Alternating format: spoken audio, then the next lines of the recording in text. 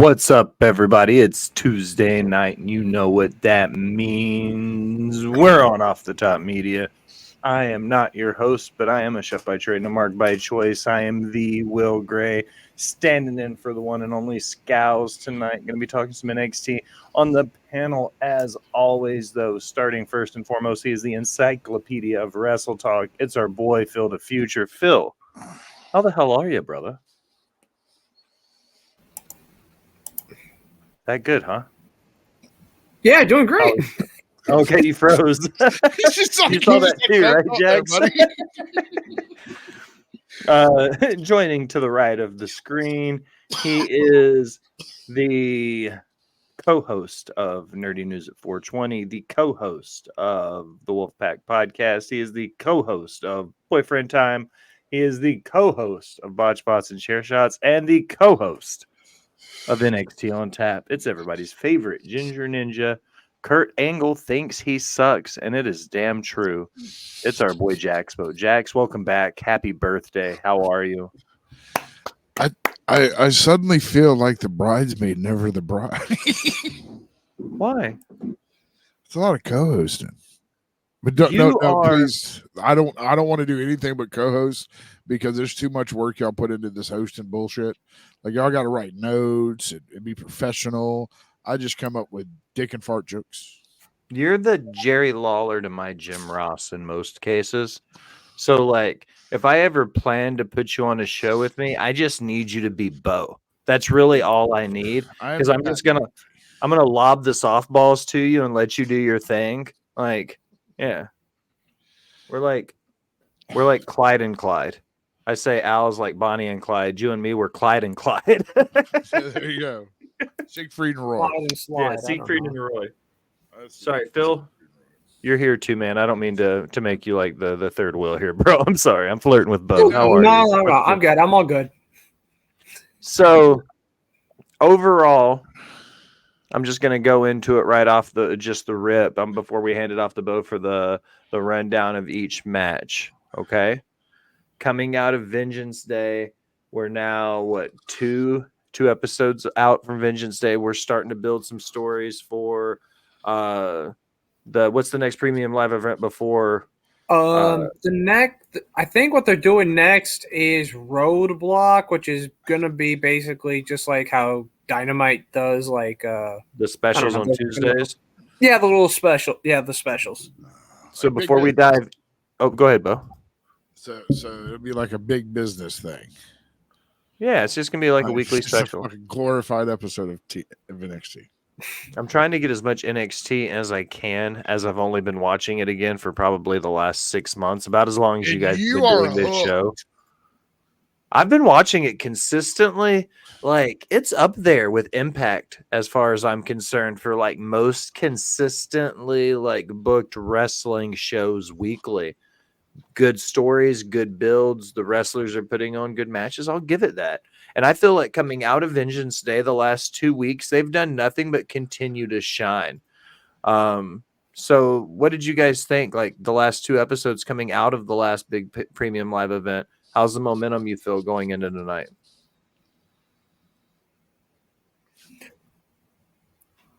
If I'm gonna be honest, they're coming out. Words. They're starting off the blocks quickly, and that honestly is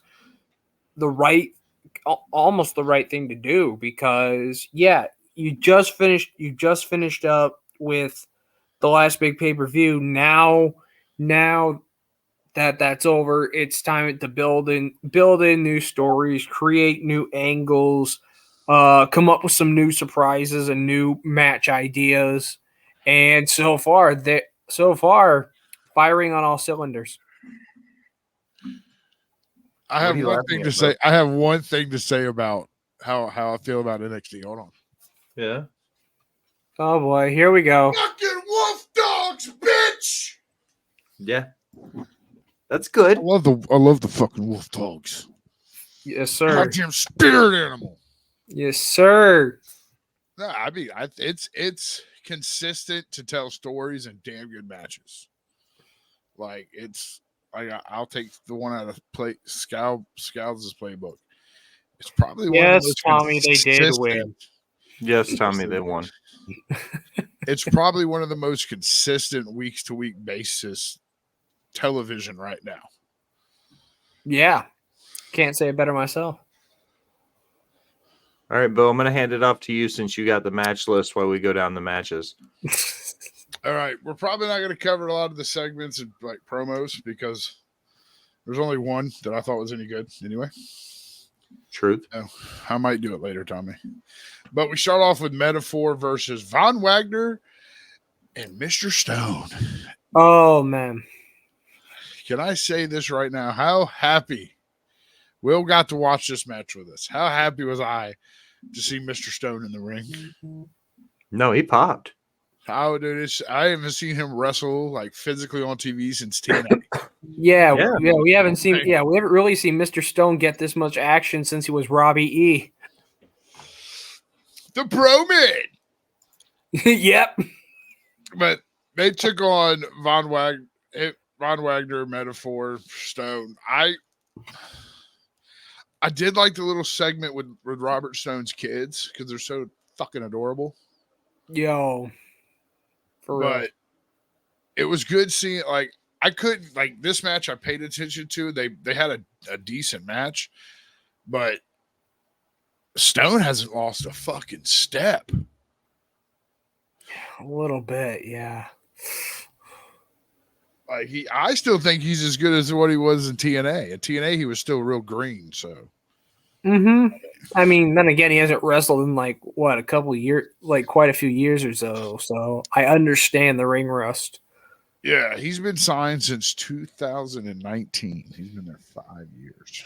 Yeah, I mean, yeah, he's been there since 2019 because he was obviously all he was doing was running his own promotion for female wrestlers, which at the time included stars like Aaliyah. Yeah.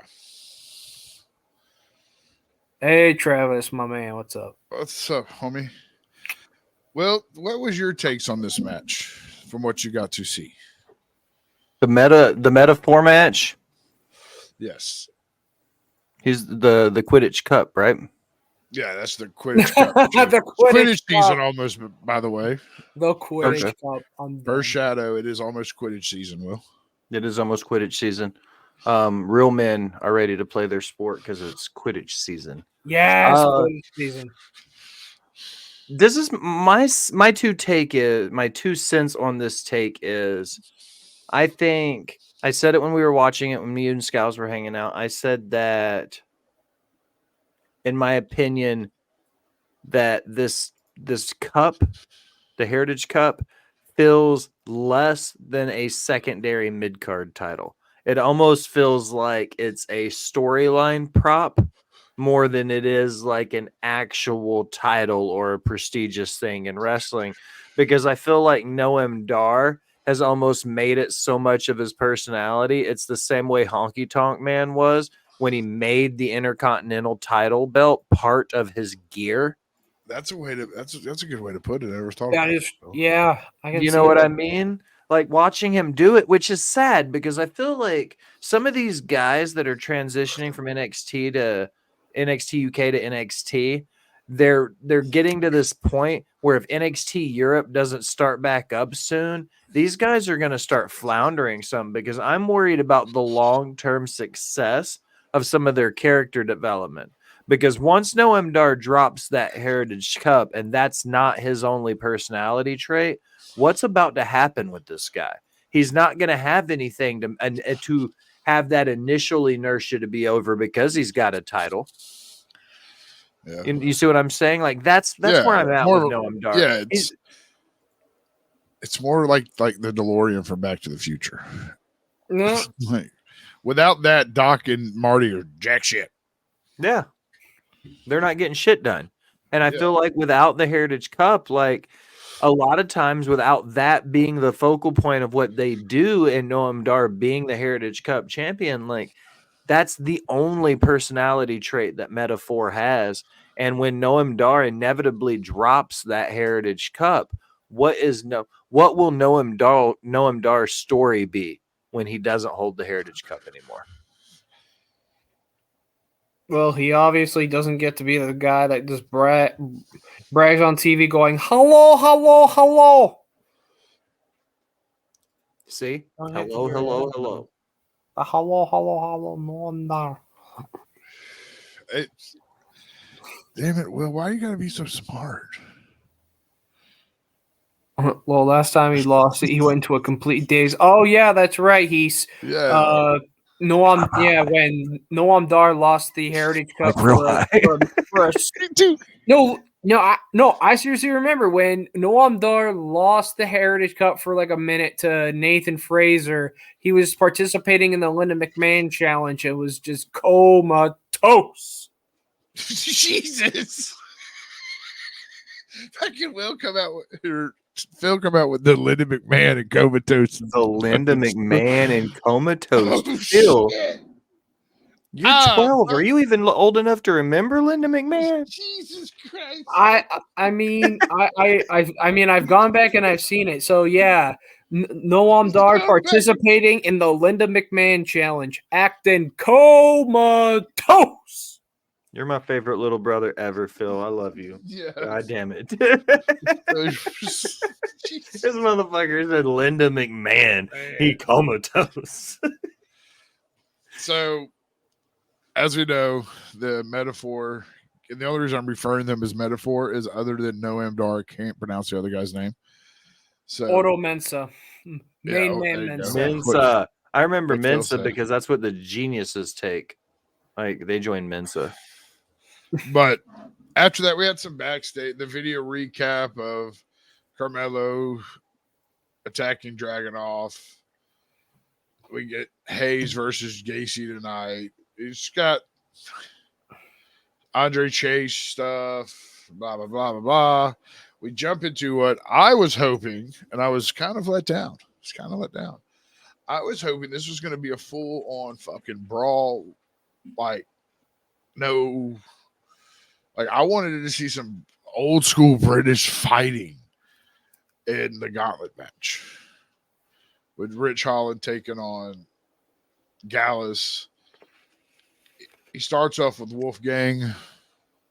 It always sucks to be the first guy that goes because it's going to go. It's a squash match. In my eyes, it's one or two ways. You're going to give him everything he's got, and the second guy's taking it, or you're going to look stupid because he's going to mull through the first person. And you kind of, I want to get y'all opinion on both of them, and then we'll get to the finish because the finish is sketchy. Yeah. So we'll kick it off with Phil. What did you think of Rich Holland and Wolfgang? Oh, the Gallus Gauntlet match. Yes. Oh, Sean, suck it up. But I wanted more. I wanted more out of it. I mean, he goes on, as we know, beats Wolfgang. Then this is where it gets interesting. He goes against Mark Coffey, Joe Coffey's brother, but it ends in a no contest. So I guess, Will, you might, or Phil, because you're fucking encyclopedias over here. I'm the Ron Weasley of this bunch. I'm just here. In a note, if a gauntlet match, but Ron ends up with the girl, homie. Like, there's nothing wrong with that. Ron ends up with the hottie, bro. But apparently, it ended in no contest, so he didn't have to fight Joe. Is it like if it ends in a no contest, that's the match? Joe wasn't allowed to come out until the very end. Why it ended in no contest? If Phil, you can correct me if I'm wrong. Again, because I was new to the story here, Joe wasn't allowed to attack Ridge Holland until Ridge had made it through the rest of Gallus. That's correct. The fact that Joe Coffey interfered early made it a DQ in the no contest because Joe Coffey came in early because Ridge Holland was just murdering through his boys. Okay. Correct. Look, I fucking love you, Phil. I'm over here just as confused as Las Vegas. Going, what the fuck just happened? Like, he's still got one more match. It's just okay, whatever. Fuck it. But no, apparently that ends the whole fucking. There's no third match, which I think will eventually pay off to Rich Holland versus Joe Coffey, right? Yeah, yes. Dude, that's gonna be a banger of a fucking match, bro. And if anyone happens to clip this or send this part to WWE, can we let William Regal be the producer on that match? Please. Take my money. Just let Regal go out there and let these guys like. I'm so stoked he's back. He was able to come back on TV. Let Regal. This is what you do, WWE. Listen, all right. You pick up the producer from Stardom who just left, right? You bring him over. You have him produce all of your strong style work. You have William Regal produce all of your British strong style work. Then you've got Petey Williams and Abyss and Robert Roode and all the other guys that are producing all across WWE anyways. And you fill this trifecta because think about the fact that Ray's going to retire in another year or two. And then you get Ray to produce the Luchadors. And you literally have the best person from every division producing those styles of matches. WWE could have the best strong style division by having the best strong style producers, the best lucha division by having the best lucha producer. Like, stack them up. I'm not sure if he is or not. I'm just speaking in like pure relative forms. Like, why wouldn't WWE want to bring in somebody that could produce strong style matches like the Japanese wrestlers are known for and the Japanese fans are going to enjoy, and then they can kind of adapt that strong style to WWE style. Nikita is really as mid as her bars, though, when it boils down to everything. God damn you, Will. Stop taking my shit, dude. It's my headline. Nikita is as mid as her bars. Boss. No bars, bro. Jesus. So after the match, Gallus attacks Hollins, blah, blah, blah. Lay him out. He chases him out with a steel chair. Because, yeah, no offense.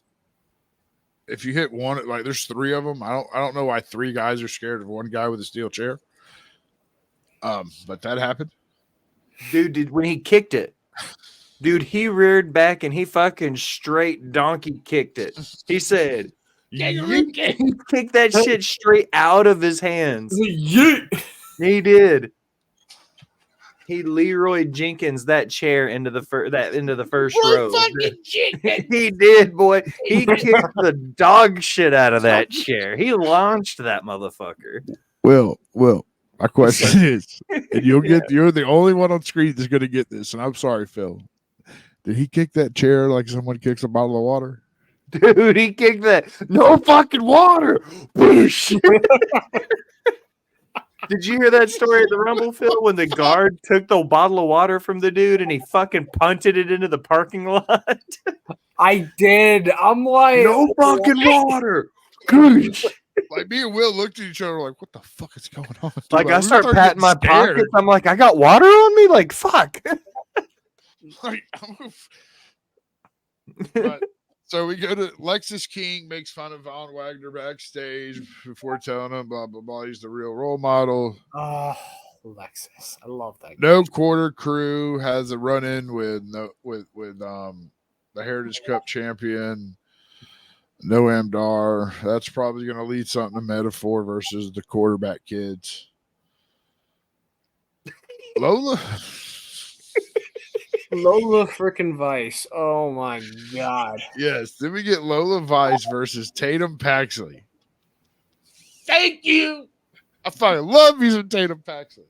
Not as much as Sean loves Nikita, but I like Tatum. But yo, I was actually a little. I was like low-key a little confused as to why Lyra was actually at ringside, because I thought Lyra would have had nothing to do with Tatum, especially like after everything with Vengeance Day. But I mean, I guess I was wrong. This is my favorite part about this story, though, is because this is where Lyra starts feeling sympathetic for Tatum, and she starts to have that like draw and pull to that character, which is now that Tatum is eating these L's, because she had a banger, super technical match. They went bar to bar, worked every inch of the ring. Timing was good. Lola's gear was a little weird. Yeah. Like, it looked like one big suit that had been cut up into pieces, which was like, I'm not yucking any yums, but I even looked at Scowls and Bo and I was like, that doesn't look like it would be comfortable to wrestle in. I don't know if that's just a fashion thing or a Boricua thing. I have no clue.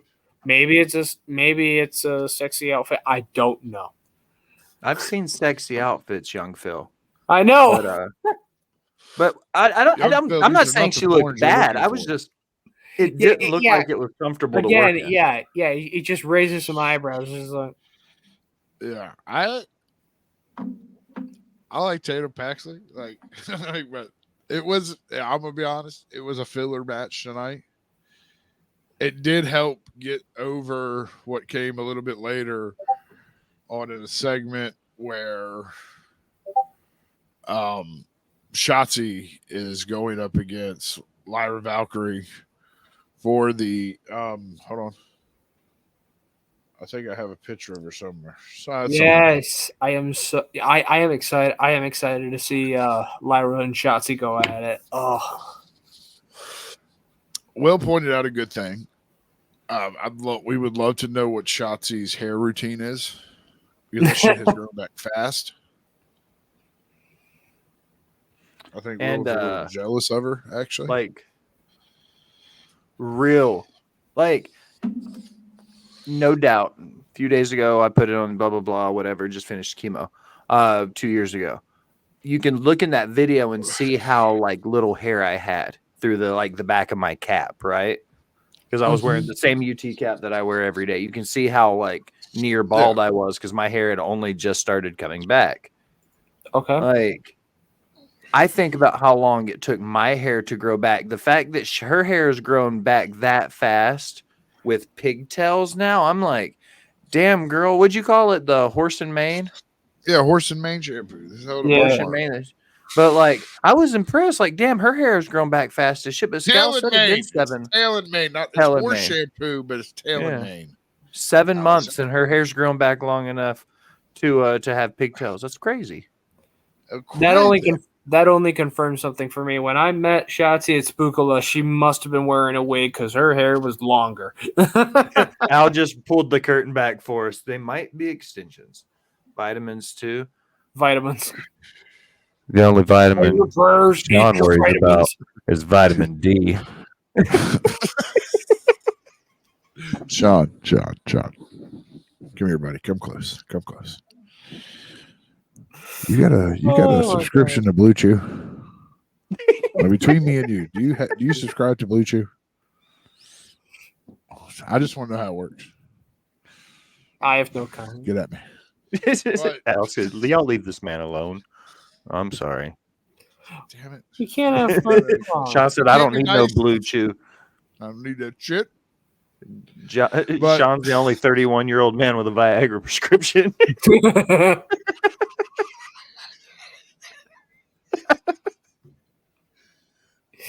I love you, Sean. That's it. I'm done. I love you. I'm sorry. I love you, Sean. The end of the match sees Lola. He said 32.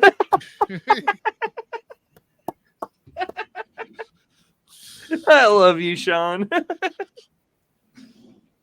I'm sorry, Bo. This is your show. It's Bo and my show, but okay. Lola Vice pulls off the Tatum Paxley. Defeats Tatum Paxley.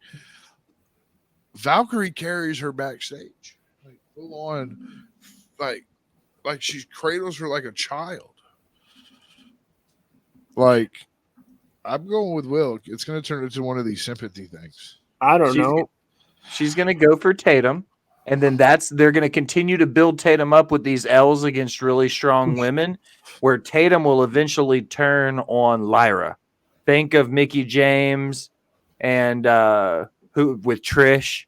Think of what they're doing with Tony Storm and Mariah May. Think about the other times in wrestling, like Miz and Mizdow. Good old Aaron Stevens. Like, they build these things up to where these two people eventually clash. I don't think it'll happen by Stand and Deliver, but we could be very well looking at that, seeing the signs that Lyra's finally opening up to Tatum now. Because after Vengeance Day, it looked like they were pretty much done, and now she's like here to like coddle her and baby her and like take her in and embrace her and shit. And why am I this invested in NXT stories? I mean, I think the only reason why she was actually carrying her like so, it's like when that person's knocked out and you're just kind of like carrying the body out, like, I don't know, fuck. Like Uncle Bernie's, where the dude Weekend at Bernie's, fuck God, where they like carry around the dead guy all weekend. Bring out your dad. Well, then we go to some we covered the backstage stuff. Then we go to Jada Parker. Well, I mean, yeah, like you had the backstage stuff where, what was it? Roxanne just got so pissed at the fact that Shotzi's getting the title shot before her because she just happens to be from SmackDown. She's a former NXT women's tag team champion. Oh my God. And then she smacks the hell out of Maddie Rankowski. I mean, Ren Sinclair. Yeah, I like this new version they're going with Roxanne. Like, yeah, I need to have anything to talk with Ava or HBK because like 6 weeks without my girl. Which one? Yes. Yeah, I will say this. Sean will. I like to mess with Sean on Twitter. He's like, you're my favorite wrestler. And then I was like, you said Nikita Lyons is your favorite wrestler. So, make it make sense. I'm confused, Sean. But we go to the Rizzo Parker match. I'm going to be honest. Yeah. I would have got something to drink during this match.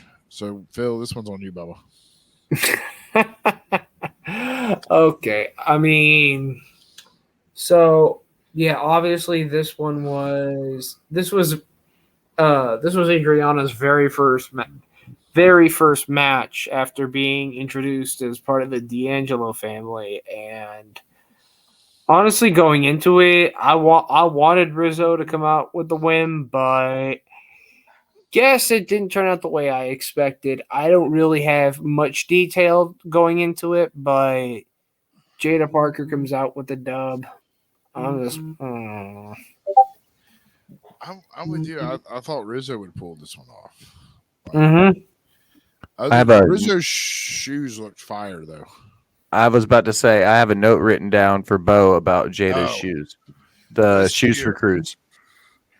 Phil, are you a shoe guy? I'm not that big of a sneakerhead. No, I know a few. Okay, neither am I. Like, we're on the same page at this one. But if you go back and look at Parker's shoes, they look like she's getting ready for a shift at Waffle House.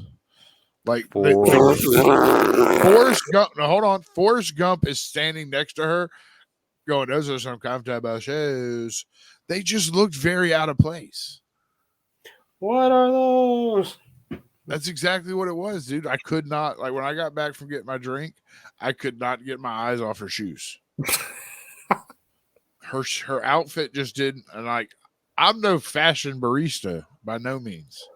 Yeah. You're no fun. But her outfit wasn't flowing for shit tonight. Yeah, I was slightly confused by it, where Rizzo had everything. Rizzo had the Riz going on. Yeah. Did you say barista? Did you say barista or fashion? Barista. I'm no fashion barista. Isn't that the word? I'm no fashion. Did I say it wrong? Hey, Scouts. The guy I messaged about your shoes messaged me back already and asked if you want to sell them. Fashion barista, micro penis. I ever wrestled, I'd be Phantom Foreskin. My special move would be the ring neck. Dude, that's dope as shit, dude. I ain't got no foreskin. You turned into something. We skip, then we go into this Dijak watching footage, Braun Breaker, and Baron Corbin. But this show's off the rails, but we're going to get through NXT. I promise you, Scouts, we will get through this NXT. Scouts like, Will's never hosting NXT on Tap ever again. Out of all the backstage shit that happened tonight, one thing had my hopes up for Braun. We'll get to it at the end of the show. Mm-hmm. But if the Wolf Dogs pull the victory off tonight, Baron Corbin has officially agreed to go by the Wolf Dogs officially. I can get a Wolf Dog t-shirt soon. I'm going to go look here in a minute. I could cry. But you got those backstage, and you jump into what I thought was a pretty damn good match. I was a sea turtle because I had a straw stuck in my nose and a bag in my face. What's up, dude? Micro penis. Hit that follow button, bud. You should stick around and party some. We had Carmelo Hayes versus Joe Gacy. And I liked it. Love I this fucking match. liked it. Did you like it, Phil? I did. I just wanted to see Joe. I kind of wanted to see Joe Gacy upset Carmelo in this one, just this once, especially since he was getting a lot of the nuclear heat. But I mean, like at the end of the day, like, Joe Gacy will get back at him somehow. Yeah. Bo. Yes. What happened during that match? Oh, did you see the entrance of Joe Gacy and that shit just turns? Where the camera turned upside down, and then when he got in the ring, it finished the 360 and flipped all the way around. Dude, come on. I popped for that, dude. That was awesome. You slow clapping me, Phil? No, I mean, like, just to literally emphasize on how good, like, the fact that it was upside down and it comes back up. It's like, absolutely. It's not even that it went upside down and went back up, Phil. The minute details is it finished the rotation. Right. That's what I was trying to say. Immediately. What is 5.6 likes? What is that? Because since we're talking about Gacy, at the end of after the match was over, Dijak, Sid City police officer, yeah, came out and attacked Joe Gacy and put him in a straitjacket, which I don't think was the smartest idea to do on NXT because he was fumbling with that straitjacket. Yo, in that crowd, it's like free Gacy. Yeah, well, they started chanting shit during like this, like. But Gacy, NXT tweeted out a video of Dijak dragging Gacy through the backstage while he's in the straitjacket, and Gacy smiling and laughing, looking like a insane Joker. And Dijak put out a tweet. He says, if this tweet gets 10,000 likes, I'll throw Joe Gacy in a river. Where's it at? It's on Twitter. It's on Dijak. Go to Dijak. Yo, I need to drop it in the chat. Now. You guys keep going. I'm gonna find it and put it in the chat. Okay. But how do you think this Gacy Dijak feud's turning up, Phil? Like, what are your thoughts on this? Too much? The Joe Gacy Dijak thing. What I can really say is that they somehow. I actually kind of dig the chemistry a bit because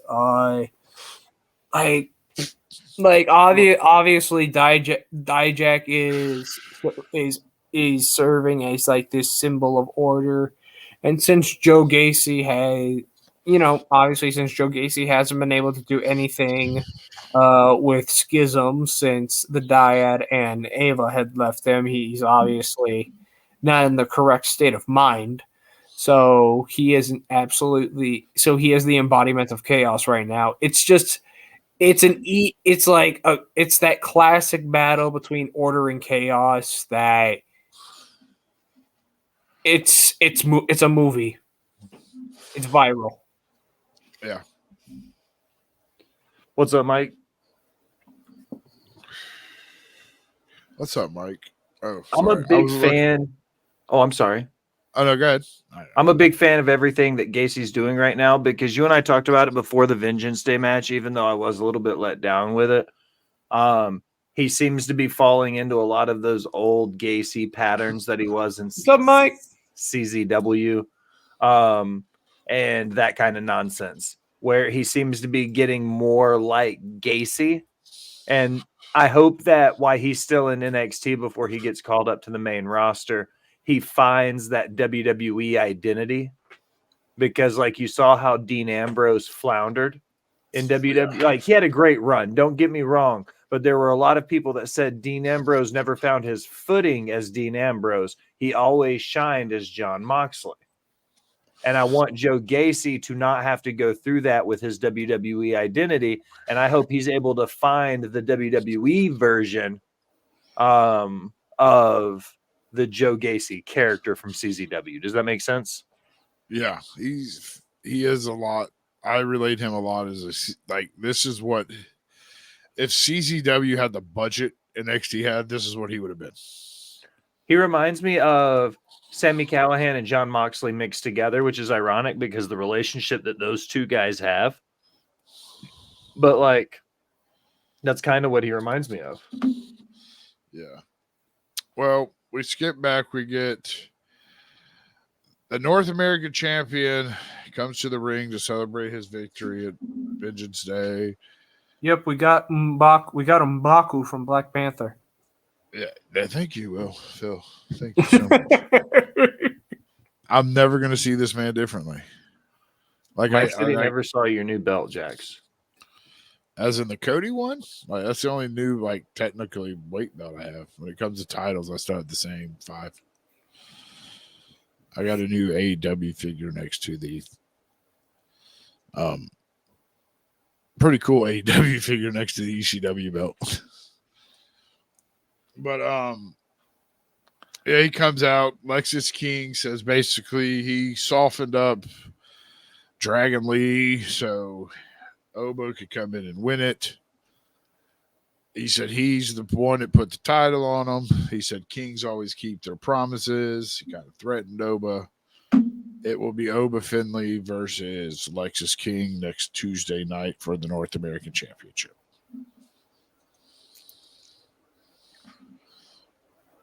How do y'all feel about that? Never got that one.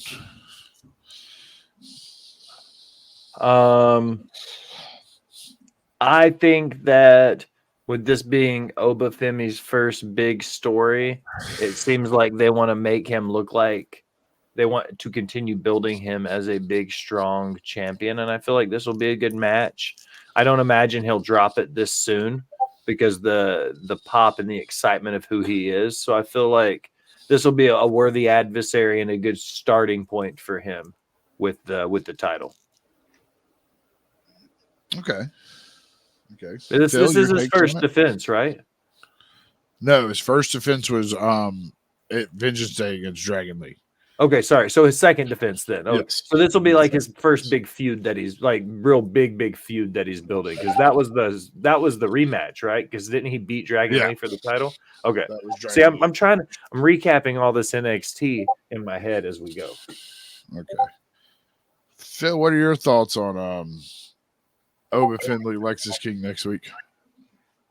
I'm all for it. Lexis King is king. Oba Femi, the ruler. Whose head is heaviest that weighs the crown?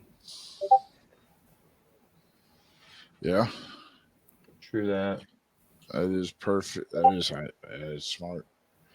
So then we go backstage to another good section. More good sex. Huh? You said more good sex. Yeah, that's where it was going. More segments where I like to call them Brooks and Dunn, but I was proven wrong last week. Brooks and Jensen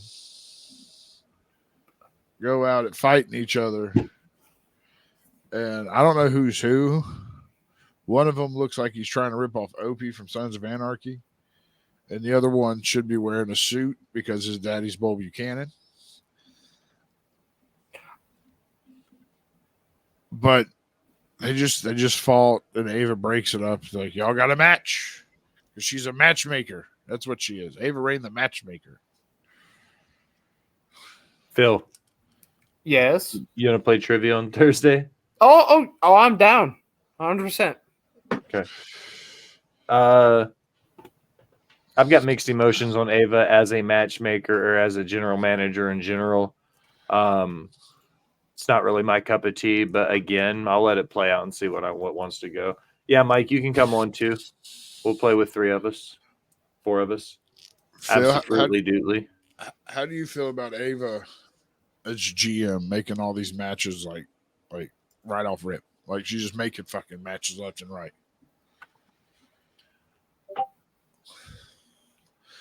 Well, she's the new GM. So I mean, yeah, but how do you Are you buying her as a GM?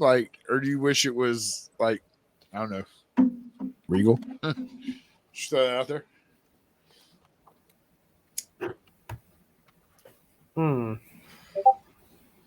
I just think she's too new in the business to be a GM right now.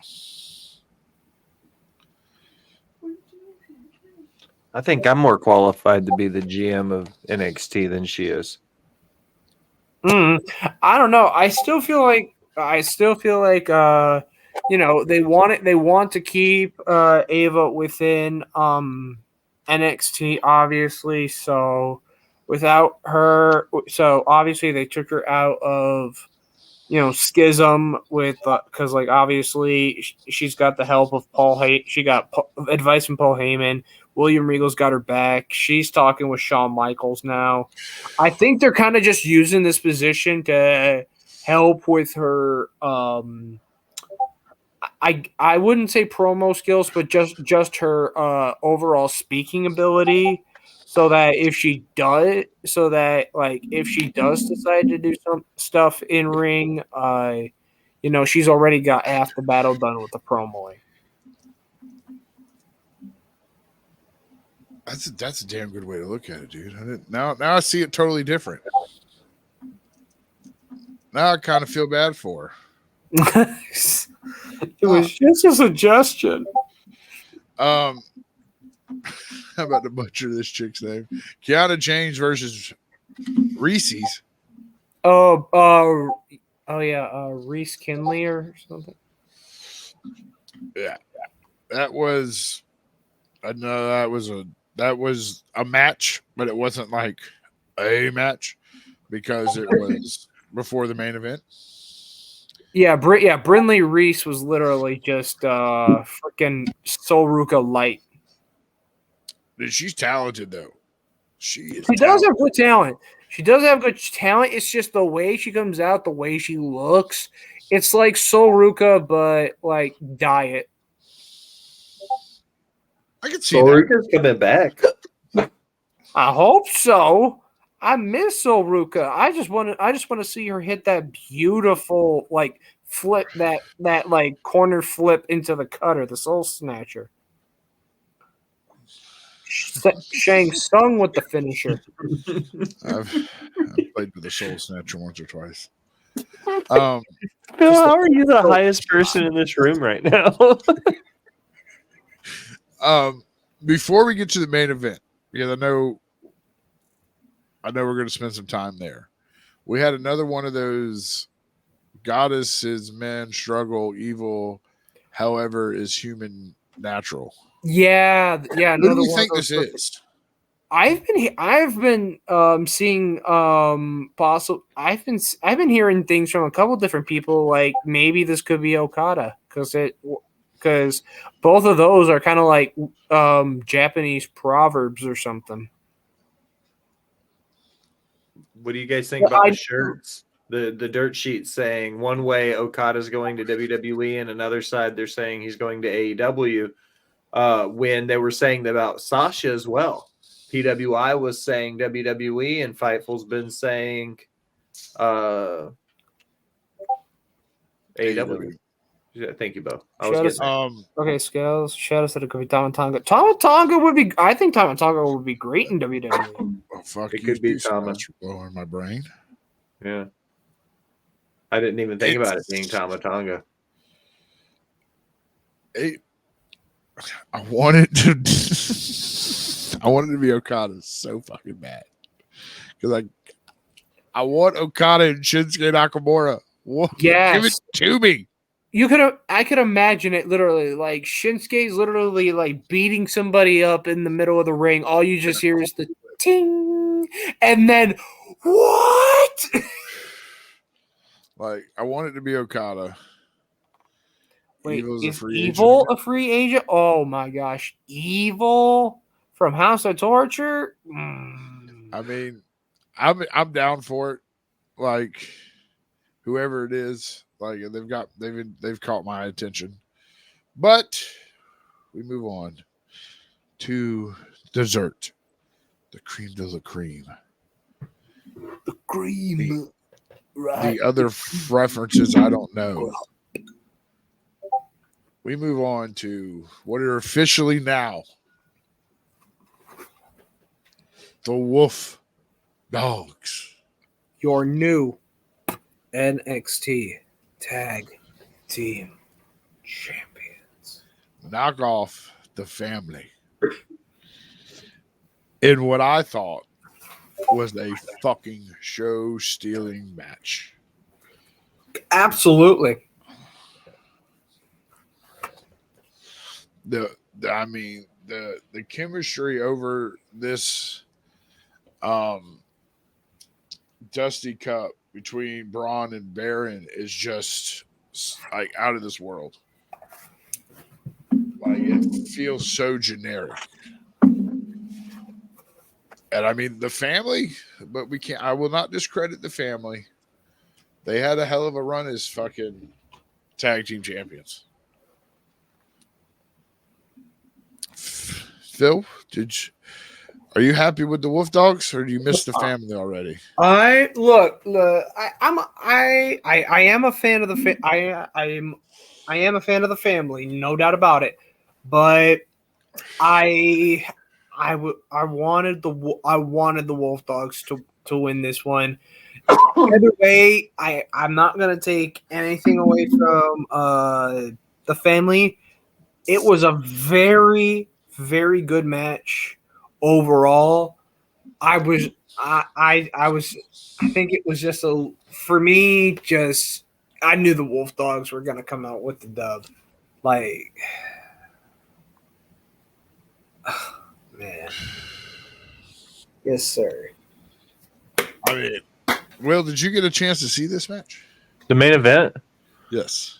If you go back and you watch the episode of World Championship Wreckage that Dad Hat will be dropping in the next probably 48 to 72 hours, right at the end of it, I literally like lose my train of thought and stop talking. And I go, oh, fuck.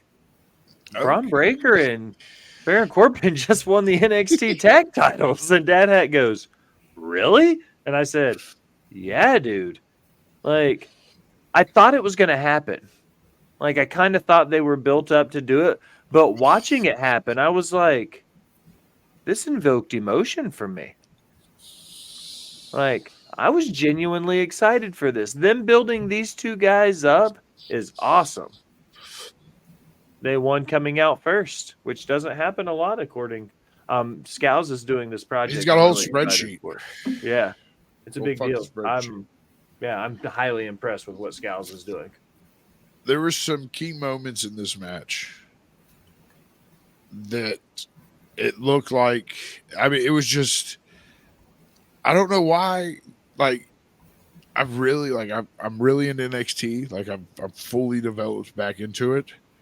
But this match had me sitting on the edge of my seat, like it could have been at Stand and Deliver and fucking rivaled any other match. Exactly. This could have been a pay-per-view main event. And it was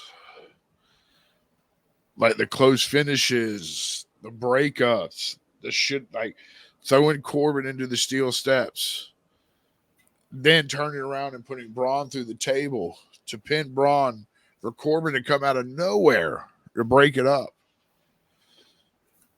was, yes, thank you, Scout. Was just, it was perfect. But as I'm watching this, I see Baron Corbin hit the end of days, and I'm like, it's fucking over. No one kicks out of the end of days. Fuck you, Drew McIntyre. No one does this. No one does this. And then Scowls goes, he's not the legal man, though. And out of nowhere, like you just look over, they pan over to Breaker, like, Spear! And dude, he, like, y'all might want to argue with me, and I'm down. I'm going down with this ship. Braun Breaker has the most devastating spear in the WWE today. He's got a shirt that says so of course I'd believe it. Like, Roman Spear ain't got shit on Breakers. Facts. Do you guys think the spear and the gore are the same move? No, two different. Rhino hit the gore totally different. Is it a scorpion, the crippler, what's it called? The scorpion deathlock versus the sharpshooter? One steps in with the left leg, one steps in with the right leg kind of thing? Because they're done different, but they're the same move? Exactly, sir. Exactly. Scal said following through. So he's saying they're two different moves as well. Phil, what do you think? Gore, spear, two different moves? Definitely are all about. It's all about the setup. I mean, it's all about setup. It's all about execution. There's a lot of factors you could vary into it. If I ever sit down with Rhino, I'm asking him that question. Go ahead. In my eyes, the spear is straight on. Yeah. Okay, the gore, Rhino would get as low as he could to set the move up, and more like would spear you in the air and then drop you with full force. I would say a spear is like this. Yes. Okay. Whereas a gore is like a formed football tackle. Yeah. Yes, where he almost picks you up behind your legs and like drives you into the ground. Yes. Whereas a spear is just contact. A gore, he actually wraps up and like takes you into the ground like a full blown tackle. That's my understanding of it. That's why I was just curious. Yeah, but that finish, when that ref hit 3, I was like, "Fuck the Wolf Dogs." This is the only thing I could think was Baron Corbin is now a part of the Wolf Dogs, and he has to admit it. And it's the man. Like, when the fuck could you have told me in 2024 that I'd be a fucking Baron Corbin fan again? No. Yo, and this is Corbin's it's like Corbin's first title since he won the United States title back in 2017. He hasn't held a title before him and Rollins feud, yeah. So it would have been before 19 for sure. 6 years. He hasn't held a belt from what they said on commentary in 6 years. Holy shit, dude. Think about being consistent in the business in the biggest company in the world, but not holding a title for 6 years, being in the mid card the entire time. Yeah, I mean, Will, I can agree with you on that, but I remember just watching a video on YouTube talking about the most protected finishers. One of them was Baron Corbin's ended days. I remember he was on a podcast talking about it with somebody. I forget which podcast, but the interviewer asked him, if you had to choose between having a finisher that no one ever kicked out of or having a long, lengthy title reign, what would you choose? And Corbin kind of went at it like, well, here's what I think about it. Like when you're done with wrestling and and people know who you are, what do you think they're going to know you for the most? Are they going to know you because you were a world champion, or are they going to know you because you're like you had a finisher that nobody in history would have kicked out of? No one, yeah, it only happened once, but other than that, like honestly, I like the way that he went through with that was like, I think I might just choose like having a finisher no one could kick out of. I mean, there's multiple people that's gone their careers without winning major championships. Yeah, like come on now, Jake the Snake didn't win a single title. He ain't won shit. Look how over he is. The natural Dustin fucking Roberts, ladies and gentlemen, Gold Dust. Dustin Roberts. He won the Intercontinental Championship, but he never won the world title. No, but Corbin's never won the world title. Yeah, Corbin won the NXT title. No, wasn't he in Corbin NXT? won the NXT championship? Did he not? No, sir. But you want to know what is curious? Corbin teamed up with Rhino. That is funny. No, this is, if I'm not mistaken, and please someone correct me if I'm wrong, his first NXT title, possibly his second. He might have won the tag belts with Rhino. It's definitely Baron Corbin's first NXT title. First, okay. Yeah. But I'm with Will. To go 6 years and not hold a belt and stay relevant and stay popular. Baron Corbin could do it. He went from me hating this man to now I'm like Braun had the most, and we can't forget about Braun. He went straight from being this badass heel to a generic babyface again.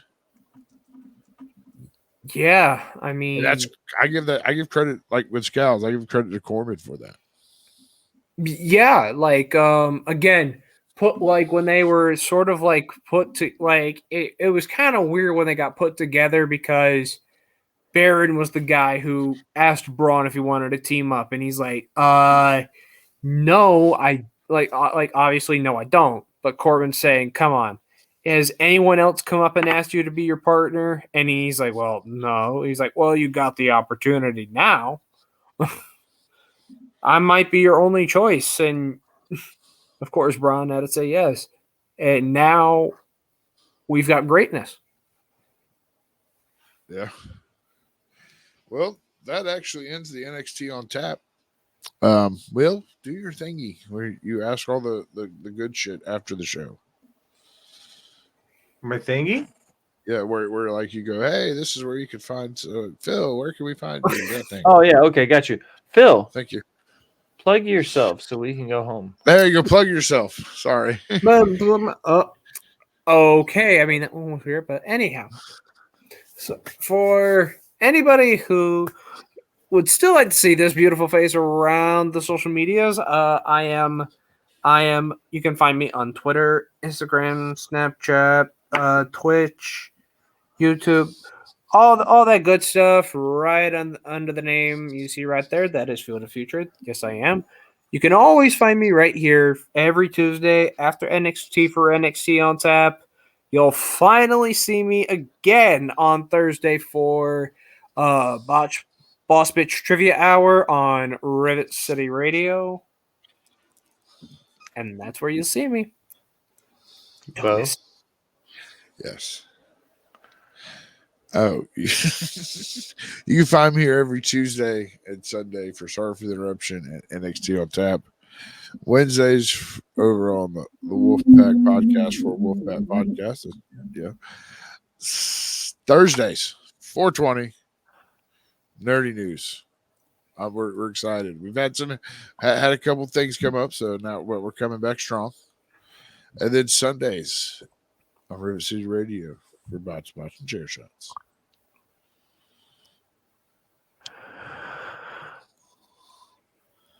Thank you guys for having me on tonight. I want to take a second. Everybody, remember to follow us everywhere you do anything on the internet. You have all the options: Facebook, Instagram, iHeartRadio, Spotify, Google, everything. Check the link in the description. There's one for Discord. If you go there, that's your direct link to all the hosts and producers of Rivet City Radio and Off the Top Media. Same thing right below it. You're going to have your My Spreadshirt link. What that is that's the direct link to the Botch Boss and Cheer Shots and Off the Top merch. Most importantly, though, is that Amazon Prime subscription. Ladies and gentlemen, if you have Amazon Prime, you get a free Prime Gaming subscription. With that, you can give that to all of your favorite Twitch streamers. Give it to us. Give it to Rivet City Radio. Give it to Creation World. Give it to She'll Eat Showcase. Give it to the Wolfpack Podcast. Give it to all our friends. Just as long as Amazon doesn't get it, he has too much money. Bo, Phil, you got anything in class before I talk real fast? No, I'm good. Now, as we close another episode of NXT on Tap, I want to take a minute. Thank you for listening. Remind you to go wherever you do anything on the internet. Like, follow, subscribe, unsubscribe, then subscribe again. Leave a comment telling me that Phil is 12 years older, that Self-Bet follows Panda. Either way, it helps the algorithm and it helps find new listeners. If you're feeling really generous to be one of the VIP people, head over to patreon.com and donate to the Rivet City Radio Podcast Network. You get some fantastic swag. We get some fantastic guests. It's a win-win for the Encyclopedia of Wrestle Talk, Phil the Future, everybody's favorite Ginger Ninja Jaxpo. I am the Will Gray. Thanks for stopping by and listening, my people.